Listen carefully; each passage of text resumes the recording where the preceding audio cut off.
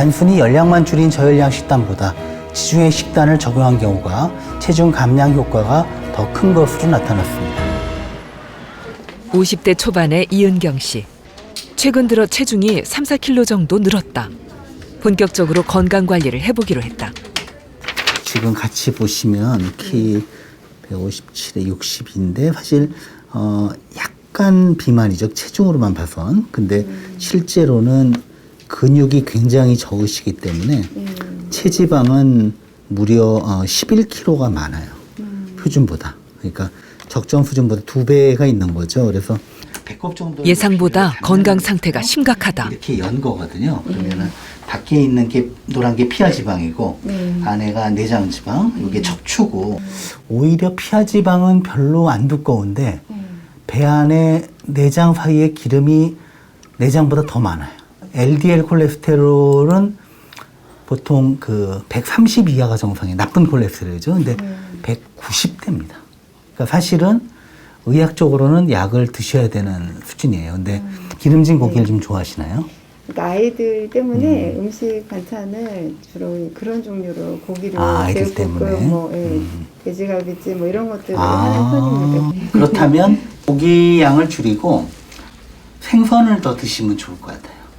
보통 저렇게 높더라도 2, 3개월 정도는 식사 저절로 떨어뜨려 보고 안 되면 약을 고지혈증에 시작하는 게 동맥경화까지 근데 좀 늘어난 식단이 몸무게의 영향이 들어보니까 일파만파다. 저게 하나도 이상하지 않거든요.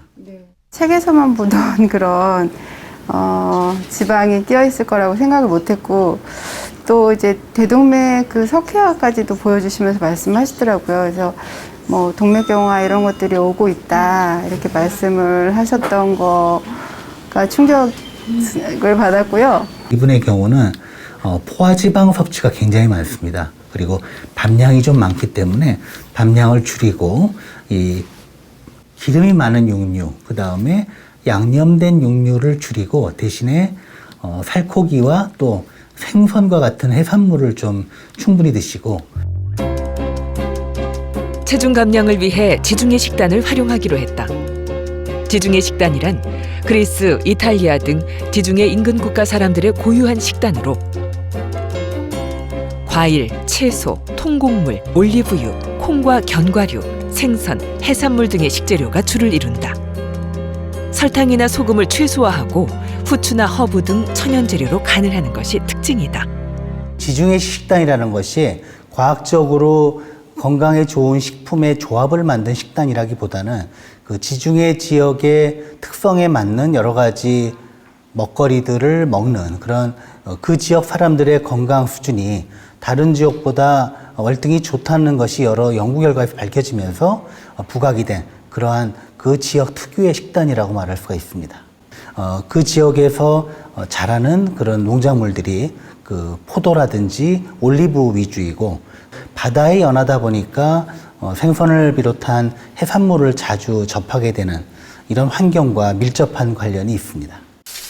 늘 시간에 쫓겨 사는 워킹맘. 새벽같이 출근하랴, 두 아이들 건사하랴, 건강관리를 할 겨를이 없었다.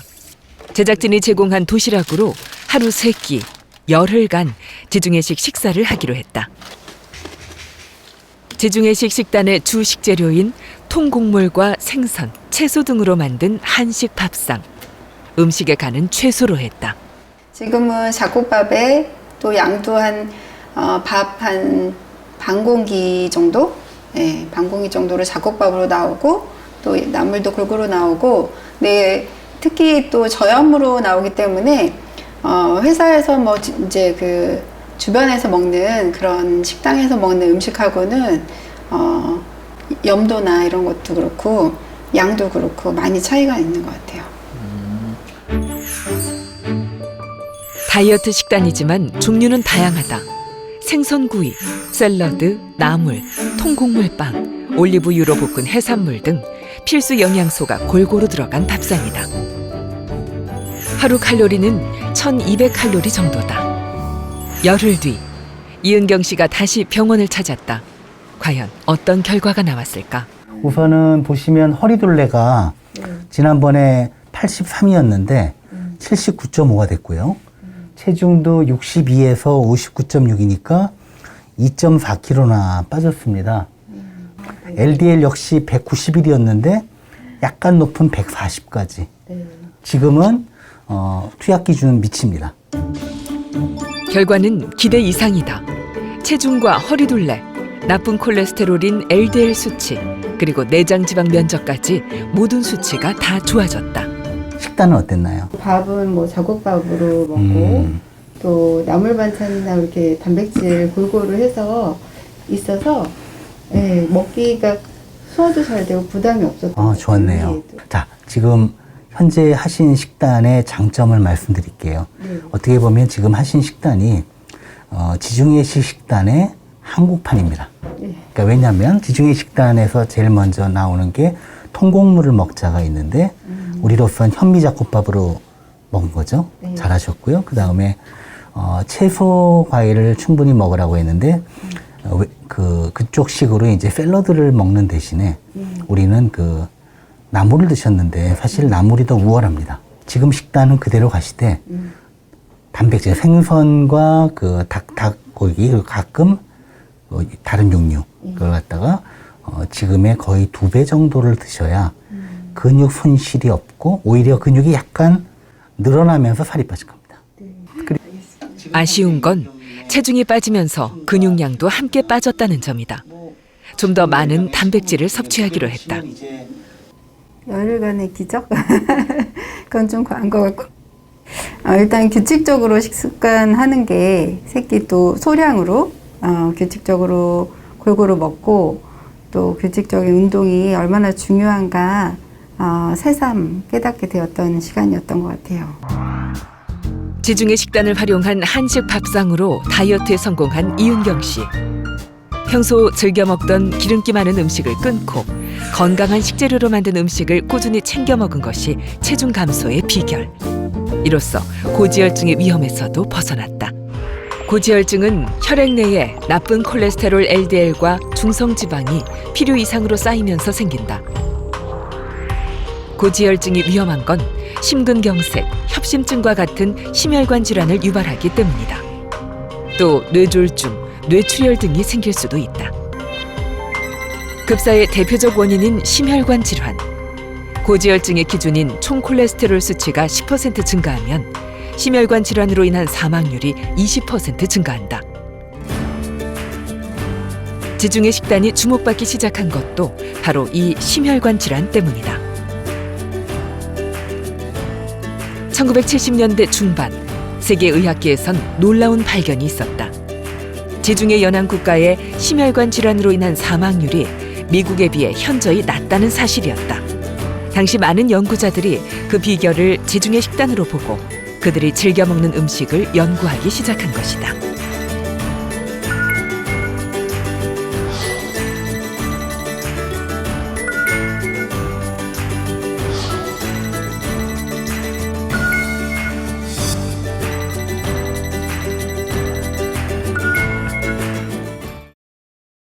지중해 식단이 건강에 미치는 효과가 알려지면서 최소 300편 이상의 많은 연구가 이루어졌습니다. 지중해 식단은 그 안에 포함되어 있는 식재료와 조리법에서의 그런 성분의 건강 효과 때문에 혈중의 LDL 콜레스테롤 수치를 낮추고 건강에 도움이 되는 HDL 콜레스테롤 수치를 높입니다. 그래서 동맥경화를 예방하고 심혈관 질환을 예방하는 효과가 있고요. 또 일부 연구에 따르면은 당뇨병의 발생률을 12% 낮춘다는 보고도 있고 체중 감량 효과도 있으며 뇌혈관 질환의 발생 위험을 낮추는 효과까지 보고가 되고 있습니다.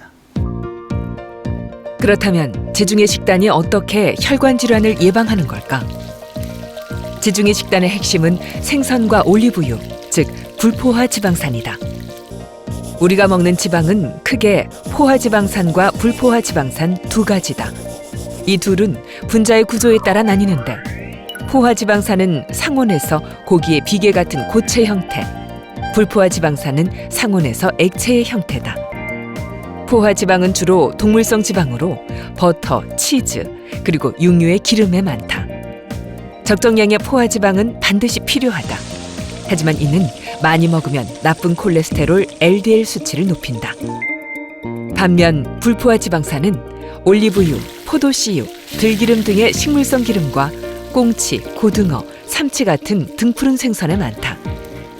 유익한 HDL 콜레스테롤을 높여 혈관 내막에서 몸에 나쁜 LDL 콜레스테롤을 청소한다. 동맥경화를 예방하는 것이다. 불포화 지방산은 그 종류가 매우 다양하다. 우리나라에서는 오메가6가 함유된 포도씨유, 콩기름, 옥수수유 등을 많이 쓰는데 한 가지 지방산만 먹기보다 다양한 불포화 지방산을 골고루 섭취하는 것이 좋다. 특히 올리브유는 올레산이라는 특정 성분이 있어 다른 식용유로 대체하기가 어렵다. 미 식품의약국 FDA는 심혈관 질환 예방을 위해 올리브유를 하루 23g 정도 섭취할 것을 권하고 있다. 대표적 불포화 지방산인 생선도 미국 심장학회에서 주 2회 이상 섭취할 것을 권장한다. 그런데 몸에 좋은 불포화 지방산은 살이 찌지 않는 걸까? 같은 열량의 생선 기름과 또는 육류의 지방을 섭취했을 때를 비교해 보면 둘 다 과다할 경우에 체중 증가를 초래하는 효과는 비슷할 수가 있습니다. 하지만 같은 비만을 유발했을 때에도 심혈관 질환과 뇌혈관 질환의 발생 비율을 보면 생선 위주의 지방을 섭취한 사람이 육류 위주의 지방을 섭취한 사람에 비해 심혈관, 뇌혈관 질환의 발생 위험이 낮다는 것입니다. 따라서 이 지중해 식단을 하는 지역의 사람들이 다른 지역의 유럽인에 비해서 비만도가 낮다고 하긴 어렵지만 같은 비만도에도 심혈관 질환의 발생 위험은 현저히 낮다는 사실 때문에 이 지중해 식단이 부각되기 시작한 겁니다.